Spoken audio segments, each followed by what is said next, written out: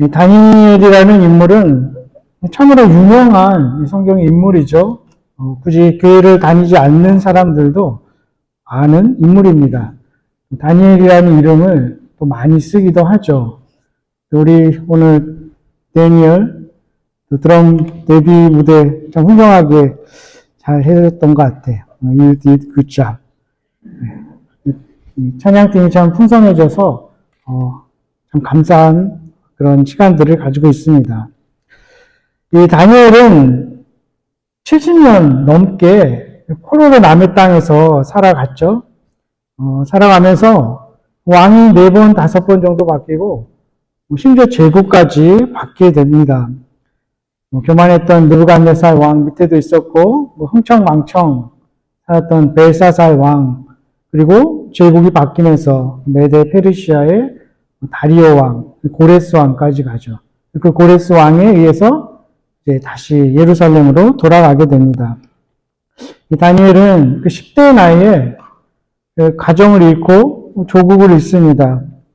자신의 인생이 송두리째 부서지는 그런 경험을 하죠. 그런 다니엘이 일평생을 포로로 남의 땅에서 살아가면서 의지할 곳이 무엇이 있었겠습니까? 그는 하나님께 의지할 수밖에 없었겠죠. 기도하지 않고는 살아갈 수 없었습니다. 기도가 내 몸에 배이게 되죠.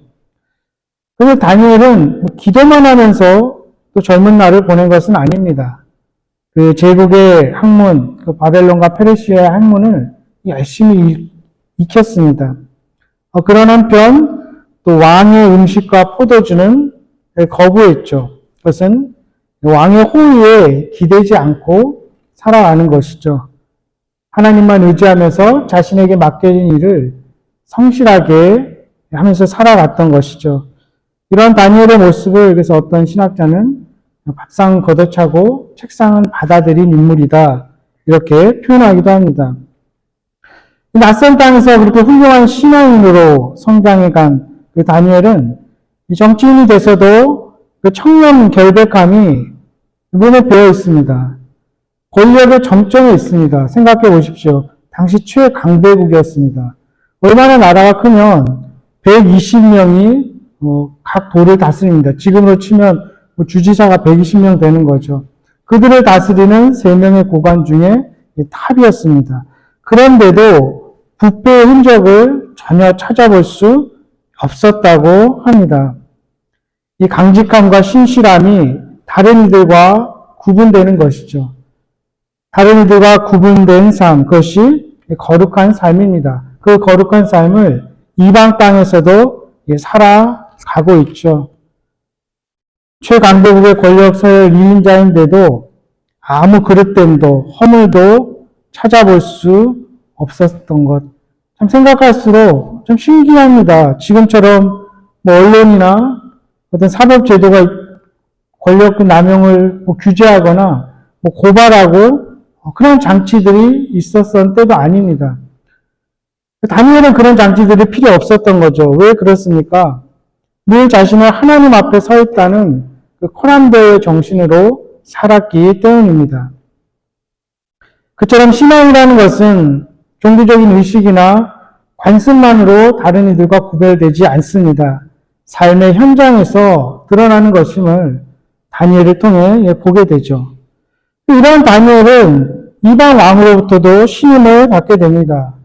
너무나 그 왕의 신임이 커서 이제 많은 경우에 그렇지만 다른 이들의 시기와 질투를 받게 됩니다. 그래서 큰 어려움을 당하게 되죠. 그 일의 배경이 오늘 본문입니다. 이미 이때는 이 왕들의 그 통치 기간을 따져보면 다니엘은 적어도 80을 넘긴 노인입니다. 이 노인에게 큰 환란이 닥친 것이죠. 전혀 흠을 찾아볼 수 없던 이 다니엘을 제거하기 위해서 그의 정치적인 정적들이 이제 권모 스스를 씁니다. 정치의 판이라는 그 생리가 그런 것 같습니다.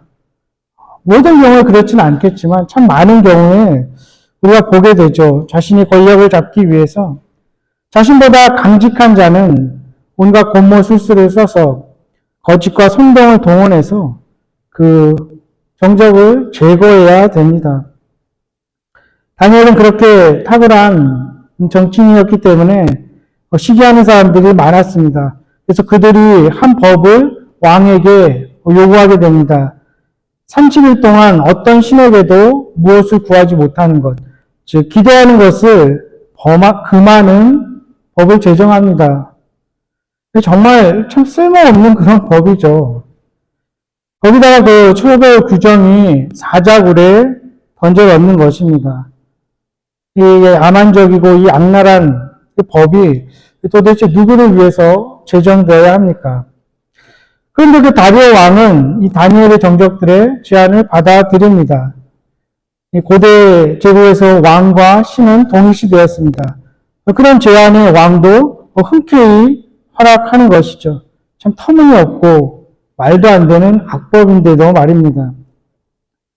절대 권력을 유지하기 위해서는 그런 악법도 필요하고 본질적으로 절대 권력은 광적일 수밖에 없습니다. 세상에는 그처럼 이 절대 권력을 위해서 어처구니 없는 악법들이 많이 있습니다. 그렇기에 우리 그리스도인들은 사실 법이라고 무조건 다 따르지는 않습니다. 그 제정된 법이 하나님의 자비와 공의, 공평을 추구하는가를 분별하는 지혜도 분명히 필요합니다. 그래서 어떤 법은 열렬히 지지하기도 하고 또 어떤 법에 대해서는 때로는 강하게 저항하는 용기도 지혜도 필요합니다. 역사 속에서 기독교인들은 그렇게 해왔죠. 다니엘 역시 제국에 충성된 그러한 정치인이었지만 모든 법에 충성하지는 않습니다. 무엇을 위한 법인지 구분해내는 것이죠. 무고한 사람을 죽이는 그 규례에 대해서 어떻게 충성할 수 있겠습니까? 독일 출신의 미국 정치 철학가 중에 한나 아렌트라는 사람이 있습니다. 아시는 분도 있을 텐데 그가 예루살렘의 아이히만이라는 책을 썼습니다. 그녀 자신이 홀로코스트의 생존자입니다. 그녀가 쓴 그 책에 보면 이제 아돌프 아이히만이라는 그 사람이 그 재판 기록을 중심으로 이제 나치치하 유대인들의 그 학살을 다룬 슬픈 그런 내용의 책입니다. 이 아이히만이라는 사람은 정말 성실하고 부지런한 관리였습니다. 어떤 악의가 있는 것이 아니었습니다. 그런데 그가 나치 정부에 부지런하고 또 성실하게 그렇게 그 밑에서 일함으로써 유대인들의 대량 학살은 계속 이어지게 되죠. 그가 부지런하고 성실할수록 유대인들은 죽어가는 것입니다. 이걸 통해서 보면 그 충성과 성실함이 누구를 향한 것인지 무엇을 위함인지 분별하는 지혜가 없다면 그러한 충성과 성실함도 악의 도구로 사용될 수도 있다는 것입니다. 충성과 그 신실함이 하나님을 향한 것이라면 나도 살 뿐만 아니라 다른 이들도 살리게 됩니다. 이미 우리가 다니엘서 2장에서도 그는 하나님을 향한 그러한 믿음과 지혜로 인해서 자신도 살게 되고 심지어 이방 학자들, 점쟁이들도 다 살게 되는 것을 우리가 보게 됩니다. 에스더와 모르드게도 그랬죠. 다니엘의 그런 궁극적인 충성은 자신의 그 충성의 대상이 누구인지 분명히 알았습니다. 누가 자신의 왕이고 이 세상의 궁극적인 왕인지 분명히 알았기 때문입니다. 낯선 땅에서 망한 나라의 국민으로 살아가지만 포로로 살아가지만 그에게는 살아계신 하나님이 진정한 유일한 왕이었습니다. 한편 참 아이러니한 게 이 악법을 누가 용인했습니까? 다리오 왕이 용인했습니다. 정작 자신이 도장을 찍었는데도 왕조차도 바꾸지 못하는 것이 이 거대한 제국의 악법입니다. 6장 8절에 보면 그 신하들이 이렇게 얘기하죠. 규례를 따라 그것을 다시 고치지 못하게 하옵소서. 메대와 바사의 규례는 고치지 못합니다. 12절에 가서도 이 일이 확실하면 메대와 바사에 고치지 못하는 규례입니다. 15절에 가서도 메대와 바사의 규례를 아시거냐. 왕께서 세우신 금령과 법도는 고치지 못할 것이나이다. 계속해서 3번이나 누구도 못 바꾼다고 이야기하고 있습니다. 그 법에 의해서 죽어야 한다는 것이죠. 이것이 제국의 법입니다. 하지만 하나님의 법은 어떻습니까? 하나님의 법은 늘 새롭게 들려집니다. 그래서 늘 새롭게 해석되고 확장됩니다. 사람을 위해서입니다. 사람을 살리기 위해서이죠. 대표적인 것이 안식일 규정입니다. 출애굽기 시내산에서 처음 안식일 규정을 받을 때에는 하나님의 그 창조를 기억하기 위해서 너희가 그 명령을 지키라고 들려집니다. 하지만 신명기에 가서는 사람을 쉬게 하기 위해서, 심지어 동물도, 땅도 쉬게 하기 위해서 그 규례를 지키라고 새롭게 확장돼서 해석되는 그것이 하나님의 법입니다. 거기로부터 희년의 개념도 나오게 되죠. 모든 것을 다 돌려주는 것. 그래서 공평하게 잘 살게 하기 위한 것. 그것이 하나님의 법입니다. 그리고 신약에 가서는 주의를 지키는 것으로 확장되고 달리 해석됩니다. 왜 그렇습니까? 누구를 없애기 위해서 그 누구도 변개할 수 없는 그 제국의 법과는 달리 하나님께서는 모든 것을 바꾸실 수 있는 분이기 때문입니다. 하나님은 그 무엇이라도 바꾸실 수 있습니다. 여기에 우리의 감사의 이유가 있습니다. 하나님은 우리의 슬픔을 바꾸십니다. 우리의 과거도 바꾸십니다. 우리의 수치를 명예로 바꾸십니다. 죄인의 의인으로 바꾸시고 고아를 상속자로 바꾸시는 분입니다. 이 다니엘은 그 하나님을 신뢰했죠. 그 하나님께 기도하며 감사합니다. 이 사태를 뻔히 알고도 그가 결정한 일은 무엇입니까? 창문을 열고 보란듯이 활짝 열고 하루에 3번씩 무릎을 꿇고 기도하는 것이었습니다. 목숨이 풍전등화 같은 그런 위태로운 상황에서도 원망하고 울부짖는 것도 아니고 어디로 도망치는 것도 아니고 그 악법에 순응하는 것도 아니고 기도하며 감사하는 것, 그것이 다니엘이 선택한 방법입니다. 어떻게 생각하면 이제 80 넘은 노인쯤 되면 지금까지 잘 신실하게 살아왔으니 저 같으면 그랬을 것 같아요. 30일 딱 눈 감고 그냥 속으로 기도했을 것 같아요. 그런다고 구원을 못 받는 것도 아니고 또 하나님이 봐주시지 않을까 싶었을 것 같습니다. 하지만 다니엘은 그렇지 않았습니다. 그의 그러한 선례가 후손들에게 남겨질 수도 있지 않았을까, 그것을 생각하지 않았을까 싶기도 합니다. 그래서 그는 정면으로 돌파하는 길을 택하죠. 그리고 하루에 3번씩 최강대국의 권력자가 기도할 수 있을까 싶습니다. 혹시 하루에 3번씩 무릎 꿇고 기도하는 사람 여기 계실까요? 아무도 없을걸요. 어쩌다가 할 수 있어도 그렇게 80평생 한다는 것은 사실은 불가능에 가깝습니다. 우리의 본성은 기도에 소홀해지려고 합니다. 그리고 일이 잘 되면 잘 기도하지 않게 되죠. 감사하지 않게 되죠. 하루에 3번 무릎 꿇고 기도하는 것은 초인적인 인내와 성실을 요구합니다. 이러한 모습이 있었기에 그는 90에 가까운 나이 때까지 흠 하나 없는 그러한 정치인으로 살아갈 수 있었는지도 모르겠습니다. 그는 그러한 위태로운 상황 속에서 목숨을 걸고 무릎 꿇고 기도하며 감사합니다. 그가 의지했던 것은 오직 하나님이기 때문이죠. 왕실의 풍요로움, 정치 권력이 아니라 하나님만 의지하고 가렸던 그에게는 어쩌면 자연스러운 결정이었을 수 있습니다. 그리고 또한 그는 아무것도 두려워하지 않았습니다. 하나님을 향한 그의 충성심은 자신의 이익과 안위에 기반을 두지 않습니다. 그리고 불이익과 어떤 위협 앞에서도 한결같이 신실한 믿음입니다. 그의 기도는, 그의 감사는 장미꽃 냄새가 만발한 곳에서만 감사하지 않았습니다. 온 사방에서 장미꽃 가시가 찔러대는 상황에서도 하나님을 신뢰하기에 그 가시 속에서 다시 장미꽃을 피우시는 하나님을 볼 수 있는 믿음의 눈이 있었기에 기도하며 감사할 수 있었습니다. 그리고 그는 예루살렘을 향해서 기도합니다. 열왕기상 8장에 하나님께서 약속하셨습니다. 너희가 벌을 받아서 남의 땅에 갔을 때에 예루살렘을 향해서 기도할 때, 그리고 주의 이름을 찬양할 때, 그리고 너희가 죄에서 떠나면 내가 듣고 고치시리라고 약속합니다. 그 약속을 붙들고 다니엘은 예루살렘을 향해서 소망을 가지고 기도했던 것이죠. 그리고 또한 그의 기도는 자신을 살려달라는 그 애원이 아닙니다. 하나님이 행하시는 일에 대한 기대입니다. 하나님이 세상을 다스리신다는 것을 보여달라는 기도입니다.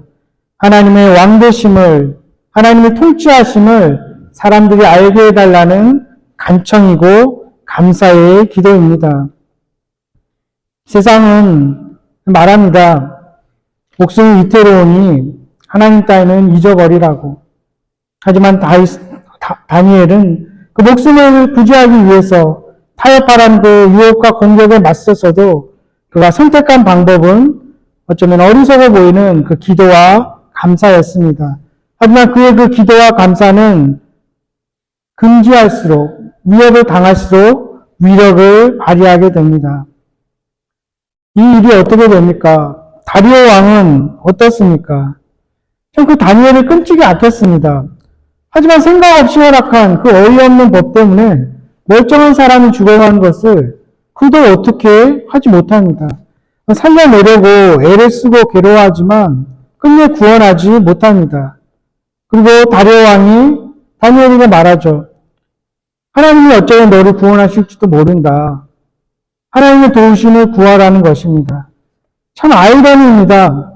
기도하는 것을 금지한 법으로 사태가 여기까지 왔는데 지금은 이제 하나님께 도움을 청하라고, 즉 기도하라고 말하고 있는 것이죠. 그리고 다음날 아침에 다시 가서 하나님에게 희망을 둡니다. 6장 19절 20절에 이렇게 되어 있습니다. 이튿날에 왕이 새벽에 일어나 급히 사자굴로 가서 다니엘이 든 글에 가까이 이르러서 슬피 소리질러 다니엘에게 묻되 살아계시는 하나님의 종 다니엘아, 내가 항상 섬기는 내 하나님이 사자들에게서 너를 구원하셨느냐 하니라. 누가 강한 자입니까? 누가 정말 힘이 있는 자입니까? 누가 제국의 그 악법 앞에서도 자유로울 수 있습니까? 누가 거대한 그 제국의 법을 비웃고 그 법도 어찌할 수 없는 자유로움을 얻을 수 있습니까? 오직 하나님 한 분에게만 의지하고 기도하고 감사하는 자임을 다니엘은 보여주고 있습니다. 그 감사의 기도가 이끌어낸 것이 무엇입니까? 승리입니다. 이것은 세상적인 성공이나 속 시원한 복수를 말하지 않습니다. 무력함으로부터의 승리입니다. 패배주의에 대한 승리입니다. 나의 연약함에 대한 승리입니다. 미움에 대한 승리입니다. 그리고 하나님이 주신 치유 승리이고 무엇보다도 부활의 약속을 얻는 승리입니다. 그리고 그는 그의 목숨을 건졌을 뿐만 아니라 절대 권력자의 입으로 하나님을 인정하고 찬양하게 됩니다. 이것이 줄기차게 다니엘서가 말하는 주제이기도 합니다. 세상의 왕이 하나님이시다. 근본적인 통치권이 하나님에게 있다. 이것을 계속 말해주고 있습니다. 물론 오늘날 우리가 사자굴에 던져지는 일은 없을 것입니다. 또 모든 성도들이 사자굴 같은 위험에 처하지도 않을 것입니다. 하지만 우리도 어떤 면에서 낯선 땅에서 살아갑니다. 위태로운 상황에 처해지기도 합니다. 믿음으로 인해서 불이익이 발생할 수도 있고 어려움이 닥칠 수도 있습니다. 그러한 상황 속에서 하나님을 부인하지 않고 오직 하나님만 신뢰하고 끝까지 믿음을 지키고 기도하며 감사하는 자들과 하나님이 함께 하시고 보호하심을 이 다니엘서는 보여주고 있습니다. 또한 사자굴에 들어간다고 해서 누구나 다 건정을 받는 것도 아닐 수 있습니다. 출애굽의 많은 성도들은 사자들에 의해서 찢기고 죽어가기도 했습니다. 하지만 그들도 감사할 수 있었던 것은 궁극적인 주님의 부활의 약속이 있었기 때문입니다. 예수님이 말씀하십니다. 나는 부활이요 생명이니 나를 믿는 자는 죽어도 살겠고 무릇 살아서 나를 믿는 자는 영원히 죽지 아니하리라. 우리는 이 약속으로 인해서 죽음 앞에서도 감사할 수 있는 자들입니다. 그렇게 감사의 기도를 드린다는 것은 그저 주어진 일에 최선을 다하는 윤리성이 아닙니다. 죽음 앞에서도 굴복하지 않고 좌절하지 않는 것, 죽어도 다시 주님이 살리신다는 그 진리를 세상에 선포하는 행위입니다. 그러니 우리도 모든 일에 감사하십시다. 주님의 신지하심과 부활의 능력을 선포하는 자로 이 시대 이 땅을 살아갈 수 있기를 원합니다. 목숨이 위태로울 때 감사하며 노래한 그 다니엘은 독자들에게, 우리들에게 말합니다. 목숨이 위태로울수록, 그대의 삶이 어려울수록 살아계신 하나님에게 감사하라. 세상과 역사를 주관하고 다스리시는 그 하나님에게 감사하고 그분이 행하신 일을 기대하라. 어떠한 일이 바꿀 수 없는, 최종적이고 도무지 현실적으로 어떻게 해볼 수 없는 왕의 도장에 찍힌 그 일과 같아 보일지라도 하늘의 하나님께 감사하라고 다니엘은 우리에게 말하고 있습니다. 낯선 땅에서 살아가는 하나님의 백성들에게 끝까지 믿음을 지키고 신실하라고 말하고 있는 것입니다. 그의 기도가 추수감사절을 맞이하며 오늘날 이 낯선 시대, 낯선 땅을 살아가는 우리의 기도와 감사가 될 수 있기를 주님의 이름으로 간절히 축원합니다. 기도하겠습니다. 이제 저는 여러분 모두를 성찬의 자리로 인도합니다. 성찬의 오늘은 우리를 위해 죽으신 예수 그리스도의 그 피의 능력을 그리고 하나님의 사랑을 기억하는 예식입니다.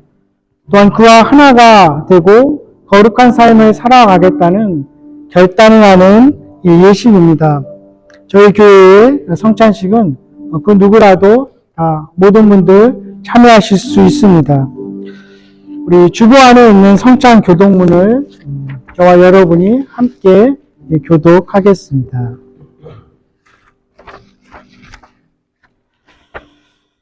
제가 먼저 읽겠습니다. 예수께서 이르시되 나는 생명의 떡이니 내게 오는 자는 결코 줄이지 아니할 터이요. 나는 하늘에서 내려온 살아있는 떡이니 사람이 이 떡을 먹으면 영생하리라.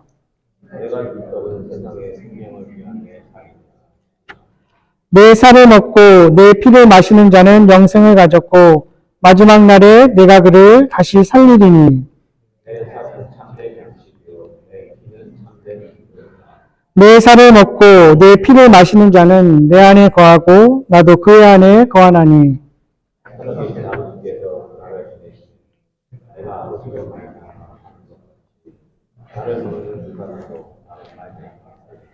새 계명을 너희에게 주노니 서로 사랑하라.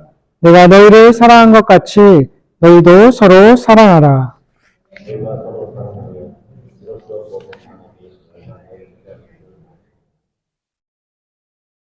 주님께서 잡히시던 밤에 떡을 들어 하나님께 감사하고 축사하셨습니다.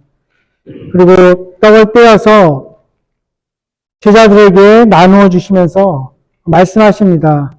이 떡은 너희를 위하여 찢기는 나의 몸이니라. 이것을 먹고 행할 때마다 나를 기념하라 말씀하셨습니다. 또 그와 같이 잔을 들고 말씀하십니다. 이 잔은 너희를 위하여 흘리는 새 언약의 피라고 말씀하십니다. 우리가 이 잔을 먹고 마실 때마다 주님이 우리를 위해서 죽으시고 다시 사시고 또 다시 오실 것을 기념하는 것입니다. 이제 한 분씩 앞으로 나오셔서 이 떡을 받으신 후에 자리로 돌아가시고 가지고 계시다가 다 함께 먹도록 하겠습니다. 한 분씩 앞으로 나오시면 되겠습니다.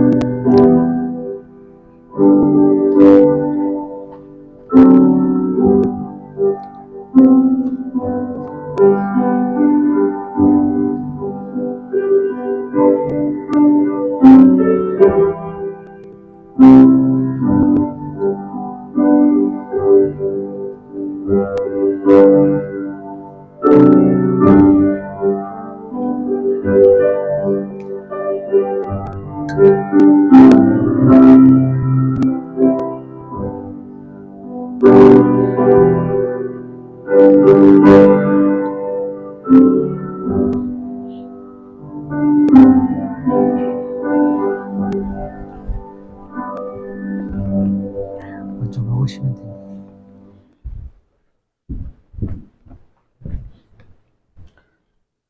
네, 함께 떡을 먹겠습니다.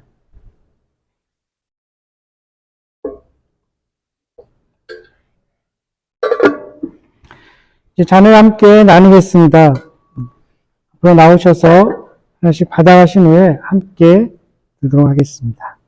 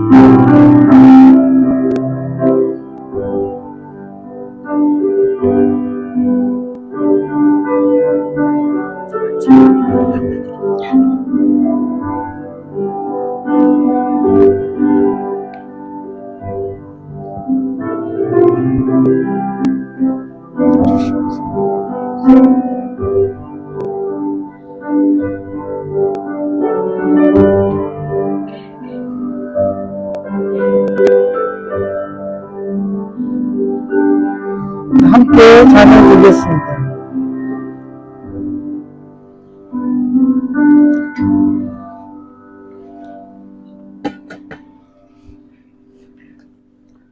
성찬 기도문을 함께 읽겠습니다.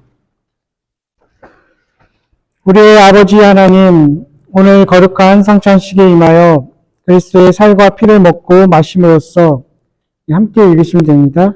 우리들의 영이 더욱 정결하고 거룩게 되며 언약의 피로써 사함을 받고 구원에 이르게 하여 주옵소서. 성찬의 빵과 잔을 통해 예수님만 생명이심을 고백합니다. 우리가 이 빵을 먹을 때마다 세상이 제공하는 양식에 구걸하지 않고 참 생명의 양식으로 오신 예수님을 더욱 신뢰하기로 결심합니다. 우리가 이 잔을 마실 때마다 남의 피를 흘려서라도 자신의 유익을 구하는 세상의 방식을 단호하게 거절하고 죄인을 위하여 자신의 피를 흘리신 예수님을 본받아 살아가기로 다짐합니다. 우리의 힘만으로 어렵사오니 여기시고 성령의 능력으로 도우시기를 소원합니다. 성찬식에 참여하면서 우리들이 사랑과 선과 의의 길로 달려가게 하옵소서. 선을 행함으로 고난을 받고 사랑을 실천함으로 학대를 받는다면 우리를 더욱 기쁘게 하시어 오직 하나님의 지극하신 사랑과 보호하심에 만족하게 하여 주옵소서. 주는 것이 받는 것보다 복이 있으며 가난한 자와 나누는 음식이 성찬이라 했으니 우리들이 매일매일 즐거운 성찬을 나누게 하옵소서. 이 시간에 거룩한 성찬에 참여하지 못하는 형제 자매들에게도 은혜를 베푸시고 건강과 복을 내려 주옵소서. 세계 곳곳에 흩어져 있는 주님의 몸된 교회들을 축복하시고 연합을 이루게 하시며 주님의 뜻을 만방에 전하게 하시기를 간구하며 우리의 구주이신 예수님의 이름으로 기도합니다. 아멘.